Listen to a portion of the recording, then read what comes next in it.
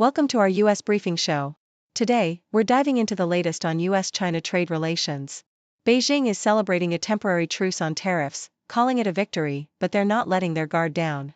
China remains cautious and assertive, criticizing U.S. restrictions on AI chips and accusing Washington of trying to contain their growth.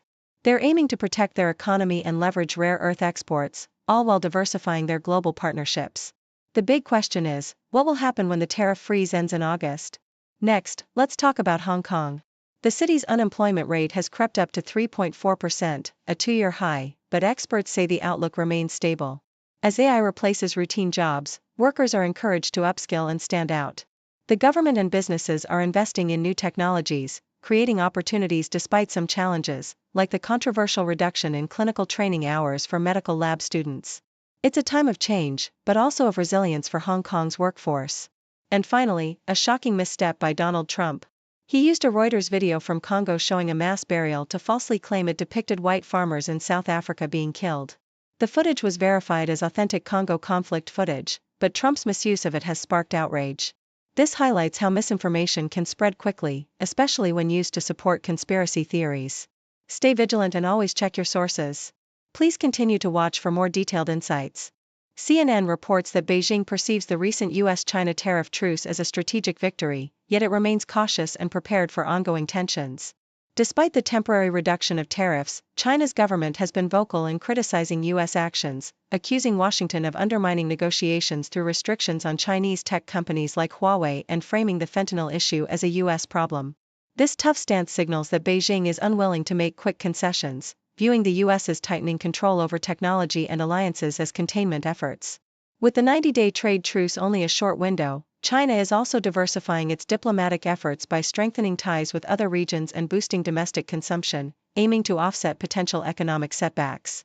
While some Chinese officials see the current negotiations as a reassurance that their strategy is on track, they remain wary of the U.S.'s broader strategic containment and are positioning themselves for a long-term rivalry, leveraging their control over critical resources like rare earths to maintain resilience.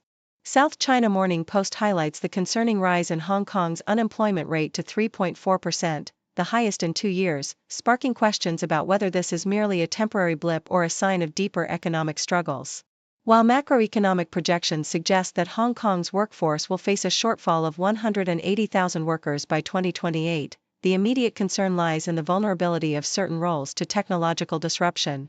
The rapid advancement of AI and automation threatens to displace jobs, particularly in clerical and administrative sectors, urging workers to upskill and demonstrate their unique value. The article emphasizes the importance of lifelong learning and adaptability, noting that Hong Kong's government and business leaders are actively seeking new opportunities abroad to diversify markets. Despite the economic uncertainties, there remains a belief that those willing to embrace change and acquire new skills will find opportunities amid the ongoing digital transformation, with some experts suggesting that the city's resilience depends on proactive adaptation rather than complacency. South China Morning Post also discusses how small and medium-sized enterprises, SMEs, can mitigate the impact of the U.S.-China tariff reductions over the next 90 days. With tariffs decreasing from 145% to 30%, SMEs are advised to utilize strategies like the first sale rule to lower customs duties, which involves declaring the initial sale price to exclude middleman markups and non-dutiable expenses.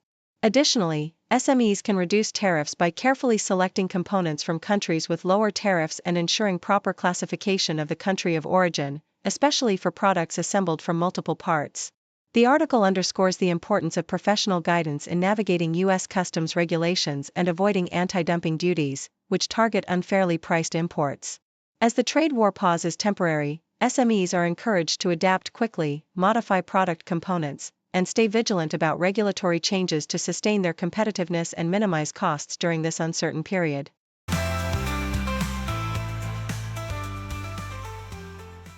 The Arizona Democratic Party is currently embroiled in a fierce internal conflict, as reported by Yahoo US. Tensions between Chairman Robert Branscombe II and his vice chair, Kim Curry, have spilled into the public eye, with Branscombe suspending Curry for allegedly engaging in political activity against party leadership, a move her attorney disputes, citing the party's bylaws that do not permit a chair to suspend members unilaterally. This discord is further compounded by accusations from Branscombe that Senators Mark Kelly and Ruben Gallego interfered with his authority, leading to a loss of confidence from the two senators in his leadership. This infighting comes at an inopportune time for Arizona Democrats, especially for Governor Katie Hobbs, who faces a challenging re-election in a state with a significant Republican majority, and whose campaign efforts have been hampered by the party's internal strife, as noted by the New York Times. Meanwhile, on the Republican front, Arizona's political landscape is also shifting, with President Donald Trump endorsing two candidates, Representative Andy Biggs and Karen Taylor Robson, for the upcoming gubernatorial race, as reported by AZ Central. The endorsement of Biggs, a staunch Trump supporter and former House Freedom Caucus chair, signals a potential shift towards more anti-establishment figures within the GOP, especially with the influence of Turning Point USA, which is backing Biggs over Robson. This internal party dynamic could set the stage for a contentious primary battle, with the possibility that the winner will face Democratic Governor Hobbs in a rematch, making the 2024 race even more unpredictable and fiercely contested. In a separate legal controversy, Yahoo US reports that Shira Perlmutter, the former head of the U.S. Copyright Office, has filed a lawsuit challenging her abrupt removal by the Trump administration. She claims her dismissal violated the constitutional separation of powers because only the Librarian of Congress, appointed by the Senate, has the authority to appoint or remove the Register of Copyrights. Her suit argues that the White House's attempt to override this process through the Federal Vacancies Reform Act was unlawful. This legal battle underscores ongoing tensions over presidential authority and the independence of legislative agencies, with key figures like Carla Hayden and Trump's appointees at the center of the dispute, highlighting the broader struggle over the separation of powers in the federal government.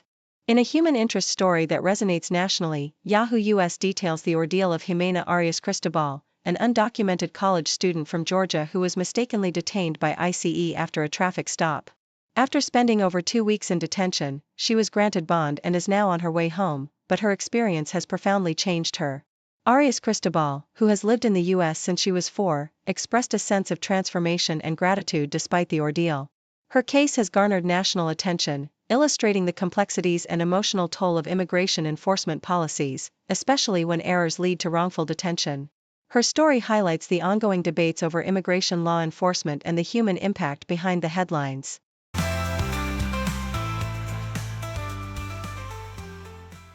The South China Morning Post reports a tense investigation by Japan into Chinese-made solar panels, raising alarms over embedded communication devices capable of disrupting the country's power grid.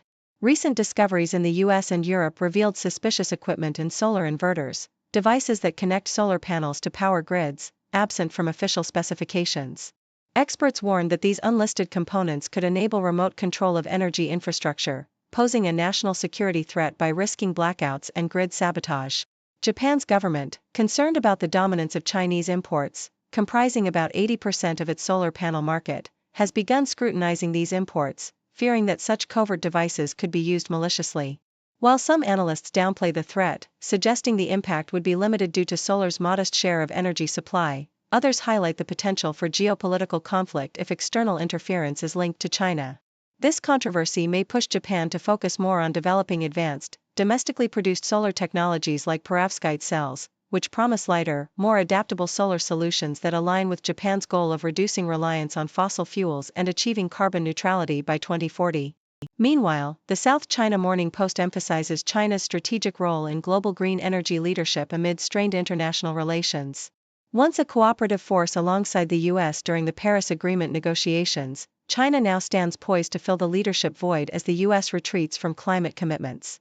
With its vast manufacturing capacity and influence over renewable supply chains, China has already invested heavily in international projects, from Pakistan's massive solar park to hydropower dams in Laos and wind farms in Egypt, demonstrating its capacity to foster sustainable development in emerging economies. These efforts are not just about exporting clean energy technology but also about building long-term economic partnerships rooted in climate finance and infrastructure development through initiatives like the Belt and Road.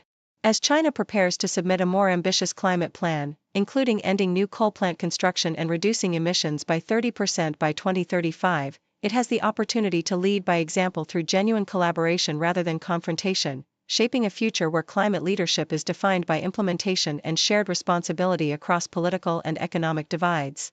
Thank you for tuning in. The content above showcases the latest briefing reports and analytical synopses, thoughtfully curated by the 6Do team. These insights stem from a wide array of reputable media outlets, think tanks, government sources, and specialized experts worldwide. We encourage you to explore these sources for a comprehensive perspective. Keep in mind that while the content may not always align with the official standpoint of Six-Do Brief, it's not meant to be taken as absolute directives for decision-making. Comprising seasoned media professionals, learned scholars, and accomplished scientists, the Six-Do team embodies a trailblazing, fully independent media entity. To customize Six-Do Brief to meet your professional needs, you have the option to subscribe to a diverse array of briefings on our website, sixdobrief.com. Regardless of your location, you can conveniently receive Six-Do Brief via email. Turn on the TV screen, see the world unseen. China's on the news tonight, history in the spotlight. Scroll through my phone again, find out where to begin. Stories from the east to west, learning from the very best. News in China every day, learning in a fun new way. From the cities to the farms, feel the heartbeat, feel the charm.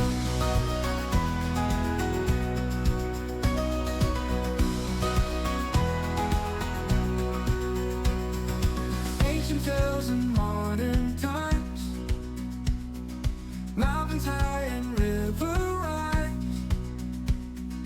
Culture rich in every town, golden driving never down. Every headline a new friend, from beginning to the end. Connecting hearts through every word, China's story always heard. News in China every day, learning a fun new way. From the cities to the farms, feel the heartbeat, feel the charm.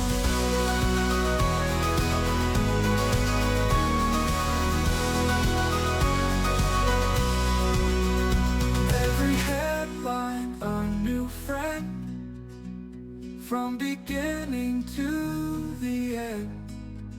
Connecting hearts through every word, China's story always heard.